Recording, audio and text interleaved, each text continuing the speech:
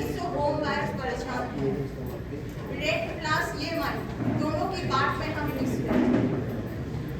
आप हमारी बात संसद में उठाए हैं, इसके लिए आपका मैं धन्यवाद करती हूँ, लेकिन वो बात हुई भी 6 महीना हो गया। सुनील जी है जो 2009 से घर बुक करके रखे हैं, अभी भी उनको पोजीशन नहीं मिला। कंस्ट्रक्शन की बात कहीं नहीं हो रही। मैं अपनी बात करूं, मेरे हस्बैंड कोरोना में चले गए। वो भाई साहब है, वो जानते हैं, वो 11th एवेन्यू में रहते थे। तब मैं मेरे हस्बैंड को ऑक्सीजन नहीं दे पाई थी। मेरे हस्बैंड चले गए। मेरे पास छोटी बच्ची है और मैं EMI रेंट दे दे के मैं थक गई हूँ। मैं माननीय प्रेसिडेंट से डेथ पेनल्टी मांग चुकी हूँ, क्योंकि मुझे इंसाफ कहीं नहीं मिल रहा। आपसे मैं मिलने की कोशिश भी किया हूँ, तो हम लोगों का पॉलिटिकल कनेक्शन नहीं होता है, हम आम आदमी हैं। और मैं अपनी बात बिल्कुल नहीं करूँगी। मैं अकेले परेशान नहीं हूँ। आज हमारे पास इंफॉर्मेशन नहीं था, आप आ रहे हैं, नहीं तो सभी आते।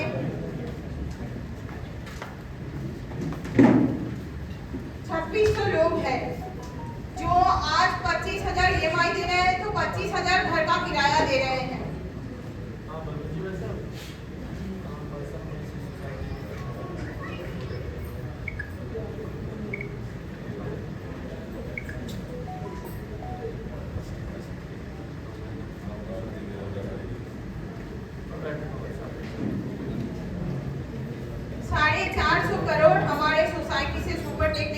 कर दिया है। आज जो होम बायर ने बैंक से उठा के पैसे उनको दिया है, ब्याज बढ़ रहा है, उनका घर नहीं बन रहा है। वो मैडम कह रही है कि उनके सीपेज हो रहा है, उनको तो घर का सुख है, उनके पास घर है, लेकिन हमने पूरा पैसा देने के बाद भी हमारे पास घर नहीं है। हम लोग रेंट दे रहे हैं, EMI दे रहे हैं, दोनों बात में पिस रहे हैं और हमारी बात, हमारी सुनवाई कहीं पे नहीं हो रही। जो भी होते हैं रजिस्ट्रेशन की बात होती है, जरूर रजिस्ट्रेशन हमें भी चाहिए होगा जब हमें घर मिलेगा, लेकिन हमें घर ही नहीं मिल रहा है, हमारा कंस्ट्रक्शन दिख नहीं रहा है। आप चाहे तो क्या नहीं कर सकते हैं।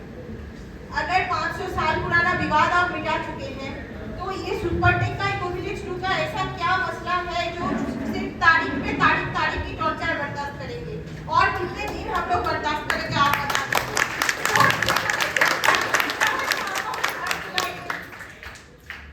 हम लोग आपसे चैरिटी नहीं मांग रहे हैं, हम अपना अधिकार मांग रहे हैं। मैं अपनी बात नहीं करूंगी। राजीव प्रसाद की 82 साल की टूट की माँ है, वो बोले क्या मुझे घर मिलेगा? कि अभिलाषा जी अपने घर बेच के अपना पैसा दे दिया है, उनको घर नहीं है। वो मेरे मधु जी है, देखिए उनका तो खुदाई भी नहीं हुआ है, 95% पैसा चला गया है।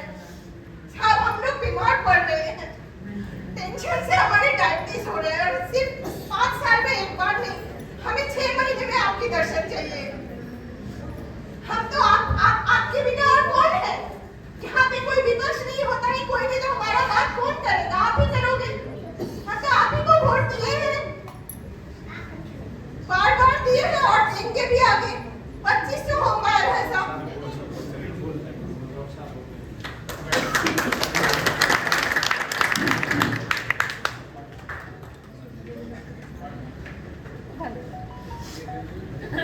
उपस्थित सोसाइटी के सभी विद्वजन, माताओं बहनों, मेरी पार्टी के कार्यकर्ता दीपक जी, जैन जी, अजीत जी, बैठा जी, साथियों, मैं भी आपकी तरह 40 साल पहले बड़े अरमान लेकर यहाँ आया था और एक मध्यम वर्गीय परिवार का बेटा हूँ। 29,000 रुपए का फ्लैट खरीदा, 20,000 रुपए पिताजी के पास थे, 9,000 रुपए किसी से लोन लिया। इस बात को मैं समझता हूँ कि आज हमारी बहन कह रही है कि एक तरफ बैंक की EMI और एक तरफ किराया मकान का, दोनों के बीच में बिजली। राधिका जी का दर्द, और ये दर्द कष्टदायक। आपका हक है, मैं कोई एहसान नहीं कर रहा हूँ आपका। मैं 40 साल हुए मुझे यहीं सी नोएडा में रहते, और उस दर्द को मैं समझता हूँ। छोटा सा 101 मंजिला मकान, 112 मीटर का मकान मैंने लिया था, उस दर्द को मैं समझता हूँ और उस चिंता को भी समझता हूँ। एक डॉक्टर होने के नाते कुछ ना हो, लेकिन ना होने का डर और ज्यादा चिंता पैदा ये छत नहीं गिरेगी, लेकिन ये दिमाग में आ जाए या कहीं से भी बात हो जाए कि ये छत गिर सकती है, वो और ज्यादा चिंताजनक होता है। इसीलिए सरकार ने स्ट्रक्चर स्टेबिलिटी का लॉ पास किया है। अब कोई भी बिल्डिंग में जो पुरानी बिल्डिंग है उन्हें भी स्ट्रक्चर स्टेबिलिटी सर्टिफिकेट लेना होगा। ये विश्वास कीजिए कि मैं राजनीतिक नहीं, मेरे परिवार में, मेरे खानदान में कोई पॉलिटिक्स में नहीं रहा। मेरी पत्नी भी एक डॉक्टर है। जब मैं उससे पूछने गया कि मैंने कहा मैं राजनीति में चला जाऊं, तो आप समझिए उसके शब्द थे कि मैं डाइवोर्स अभी दूं या सवेरे का इंतजार करूं।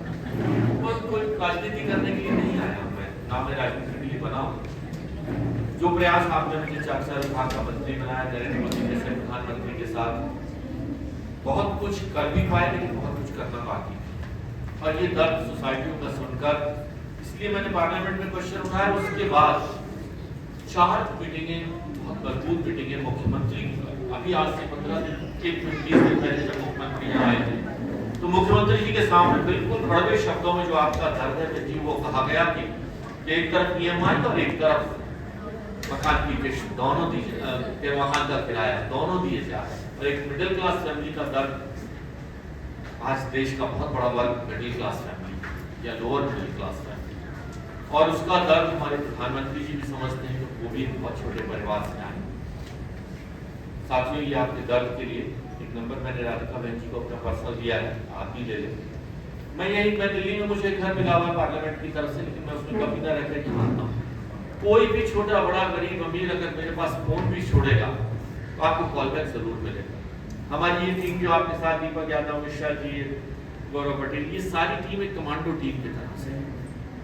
और एक बात मैं आपको, राधिका जी, मैं आपको बताऊं, अगर कोई भी इस तरह की हरकत करेगा, आपने कुछ कंप्लेंट करी तो आपके खिलाफ मुकदमा हो जाएगा। तो इस शहर का सबसे बड़ा शरीफ भी मैं ही हूँ, बाकी कहने की जरूरत नहीं।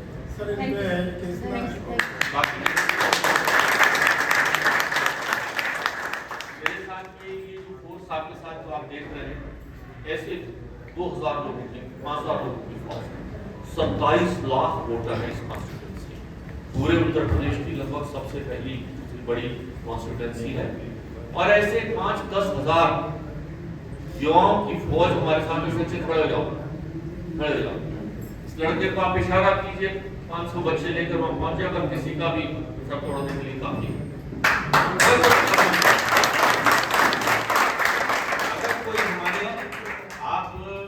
मेरे भाग में था, मेरा पेशा राजनीति नहीं है, मैं डॉक्टरी से बहुत कुछ, पत्नी डॉक्टर है, बेटा डॉक्टर है, बेटी डॉक्टर है, दामाद डॉक्टर है, बहू डॉक्टर। मैं राजनीति सिर्फ इसलिए सोचती कि इस क्षेत्र ने मुझे बहुत कुछ दिया, मैं अपने क्षेत्र को क्या वापस कर सकता हूँ, इसलिए मैं राजनीति में आया। मैं डॉक्टर बनकर, हो सकता है कि आप कभी बीमार पड़ते तो आपका दर्द सुनकर, कोरोना काल में मुझे भी वो सेकेंड वेव में कोरोना हुआ, 15 दिन तक ऑक्सीजन पे रहा, मैं उस दर्द को समझ सकता हूँ जिन्होंने अपनों को गंवाया है, उस दर्द। लेकिन मैं डॉक्टर होता तो शायद पेशे की डॉक्टरी से आपकी मदद थोड़ी बहुत कर देता, वो भी था जब आप बीमार थे। आज मुझे इस क्षेत्र का एयरपोर्ट लाने का मौका आपने दिया, जिला रेगुलेटर किए, सड़कें, ये रेल उठाना, क्वेश्चन, तो ये बहुत सारे आपने ताकत मुझे। आपकी दी हुई ताकत का एक ताकत ये भी है कि मैं अगर किसी को कोई चिट्ठी लिखूंगा तो उस चिट्ठी का जवाब जरूर मिले। आपकी चिट्ठी पर मेरी चिट्ठी कवरिंग लेटर नोएडा के चेयरमैन को जाएगी या किसी बिल्डर को जाएगी तो उसे 1 महीने में जवाब देना पड़ेगा। रूल है कि उस मेरे लिखे हुए किसी भी खत का जवाब देना पड़ेगा उनको, क्या हुआ। अब वो ये कह सकते हैं साहब हमारे लिए संभव नहीं है। स्ट्रक्चर स्टेबिलिटी, कुछ चीजें जो रिपेयर की हैं अभी यहाँ ये नहीं बनी। दूसरा जो राधिका जी ने कहा है, जो सिंह साहब ने कहा है कि मैं आपके सामने गारंटी के साथ कहते जा रहा हूं, कोई बिल्डर या बिल्डर का आदमी आपको धमकाने की कोशिश करे, आप मुझे किसी भी तरह से फोन से सूचना पहुंचा देना, मेरी 500 लोगों की टीम आपके पास पहुंच जाएगी तुरंत और उसे समझा देगी भाषा में, अच्छी भाषा में कि कोई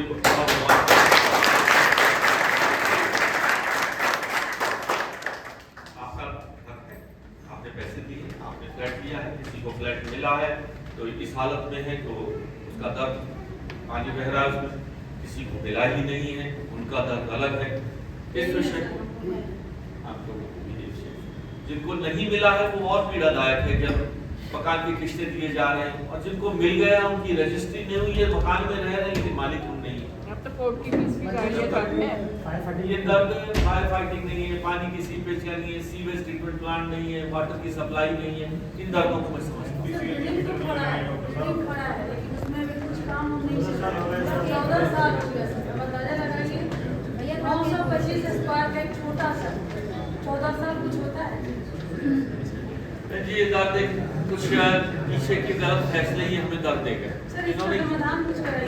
इसमें पूरी सरकार लगी हुई है, आपने देखा होगा कि कुछ पूरी सरकार एनटीपीसी और हमारी एनबीसीसी संस्थाओं को ये दिया गया है कि उनको टेक ओवर कर उस प्रोजेक्ट को डेवलप करें, और हम भी इसमें लगे हुए हैं। तेरा के कॉम्प्लेक्स 2 में भी एनबीसीसी करा दीजिए। इसको कराएंगे, इसको भेजिए, हम आपके संपर्क में संजय और ये दीपक जरा बेटी के संपर्क में रहें।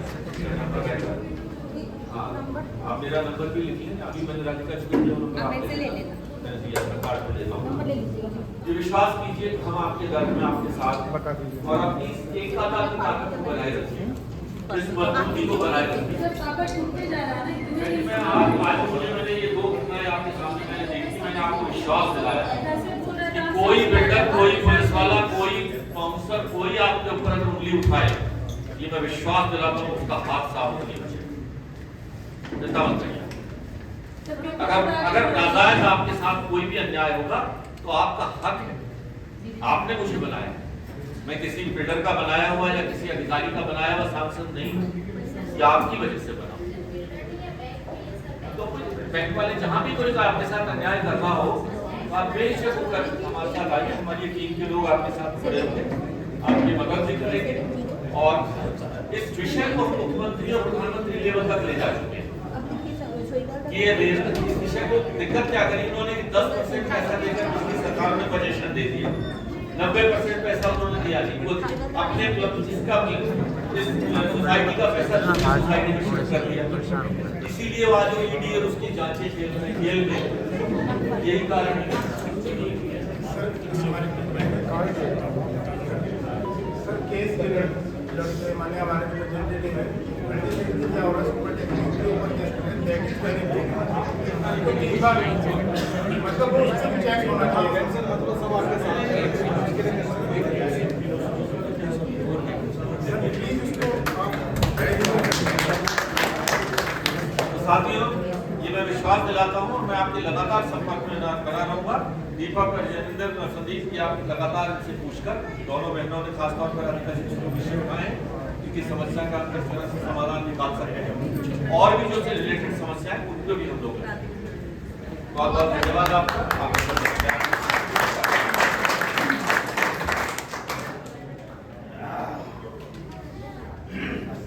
धन्यवाद सांसद महोदय जी।